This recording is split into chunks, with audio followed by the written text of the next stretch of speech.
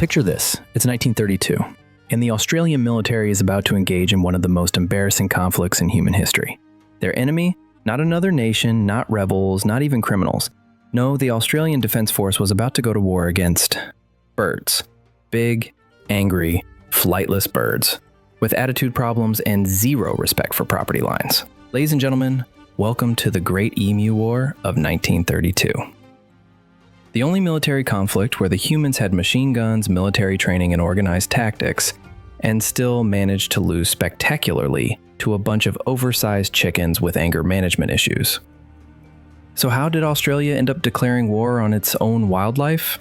Well, it all started after World War I, when the Australian government promised returning soldiers land grants in Western Australia. These brave men, fresh from the trenches of Europe, thought they'd try their hand at farming. What could go wrong? Everything.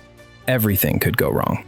The Great Depression hit, wheat prices crashed, and these poor farmers were already struggling to make ends meet. But then, nature decided to add insult to injury. Enter the emus. Massive, 6-foot-tall birds that look like they were designed by someone who got really confused about what ostriches were supposed to be.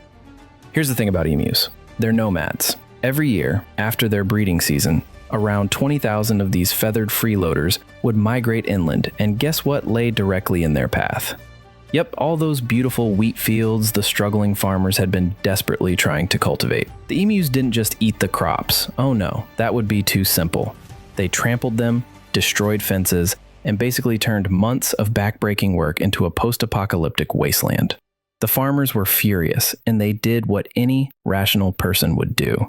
They called the government and demanded military intervention. Now you'd think the government would laugh this off, right? Wrong. The Minister of Defense, Sir George Pierce, apparently thought, you know what? This sounds like a perfectly legitimate use of military resources. So on November 2nd, 1932, the Australian military launched Operation Emu. And by military, I mean they sent exactly 3 people, Major G.P.W. Meredith, along with 2 soldiers armed with Lewis machine guns and 10,000 rounds of ammunition. Their mission? Simple. Kill as many emus as possible. Major Meredith was confident. I mean, these were just birds, right? How hard could it be? He had machine guns, military training, and the backing of the Australian government. The emus had, well, they had legs. Really, really fast legs. Day of combat, the troops spotted a group of about 50 emus. Perfect. Meredith ordered his men to open fire. The machine guns roared, bullets flew, and when the smoke cleared, most of the emus were still standing. Apparently, emu feathers are surprisingly effective at deflecting bullets, and the birds scattered in all directions before the gunners could get a proper bead on them. But wait, it gets better. The emus, being surprisingly intelligent for giant birds, quickly figured out that the loud banging sounds meant danger. So they developed tactics. They started posting lookouts, splitting into smaller groups, and running in zigzag patterns to avoid gunfire. Basically, the emus were out-strategizing the Australian military. After the first disastrous engagement, you'd think the military would reassess their strategy, maybe bring in more troops, better weapons, or at least someone who knew something about bird behavior.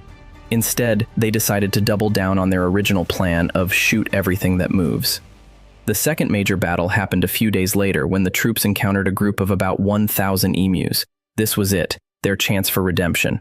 The machine gunners set up their weapons, took aim, and the gun jammed. Of course it did. By the time they got it working again, the emus had scattered to the 4 winds. But here's where it gets really embarrassing. The emus started learning from each encounter. They figured out the range of the machine guns and would stay just outside the effective firing distance, almost like they were taunting the soldiers. Some reports even claim the emus would approach the troops, wait for them to set up their weapons, then scatter at the last second, like they were playing some kind of deadly game of tag. Meanwhile, the press was having a field day. Headlines like, "Emus win again," and "Feathered foes too fast for gunners" were splashed across newspapers. The international community was watching Australia wage war against its own wildlife, and frankly, everyone was rooting for the birds. After a week of this madness, the official tally was embarrassing. 10,000 rounds fired, 50 emus killed. That's 200 bullets per bird. The emu population? Basically unaffected. Those 50 casualties were nothing compared to the 20,000 emus still happily destroying crops. Major Meredith's official report admitted the emus had adapted to warfare with remarkable efficiency. He was literally outmaneuvered by birds with walnut-sized brains. The government, realizing they were the world's laughingstock, called off the operation on November 8, 1932. The Great Emu War lasted 6 days, and humans lost decisively to oversized chickens. So what happened after Australia's most embarrassing military defeat? Well, the farmers were still stuck with their emu problem, except now they had to deal with it without military support.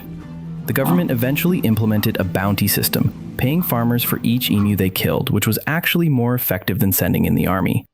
The emus, meanwhile, became folk heroes. They had successfully resisted the Australian military and lived to tell the tale. Well, if emus could tell tales. International newspapers covered the story with barely concealed amusement, and Australia became the first and only country to lose a war to its own wildlife. But here's the thing that makes this story even more ridiculous. The emus never actually meant to start a war. They were just following their natural migration patterns, looking for food and water. They had no idea they were engaging in military combat. They probably thought the humans were just really loud and terrible at hunting.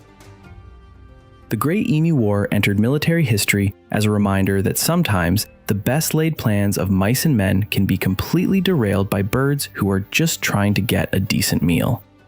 So there you have it, the Great Emu War of 1932, where Australia proved that superior firepower means nothing if your enemy can run 30 miles per hour and outsmart you. The next time you're having a bad day, remember, at least you've never lost a war to birds. Hit subscribe for more ridiculous history, and let me know what other absurd events you'd like covered. Until next time, watch out for the emus.